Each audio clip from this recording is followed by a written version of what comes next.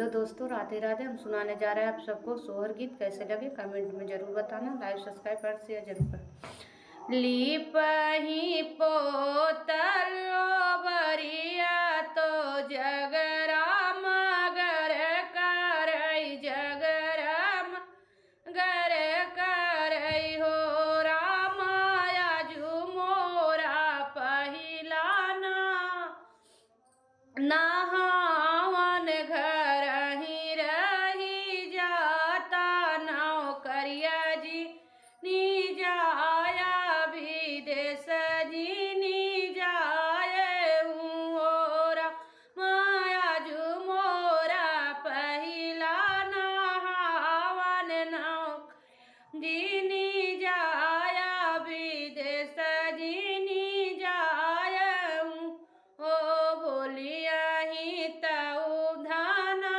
बोलो बोलाही नाही जानियो बोलाही नाही जानियो धान बड़े रे साहेब कई नौकरवा नौकरिया छूटी जाई है नौकरिया छूटी जाई यो धाना बड़े रे साहेब कई नौकर नौकरिया छूटी जाई है नौकरिया छूटी जाई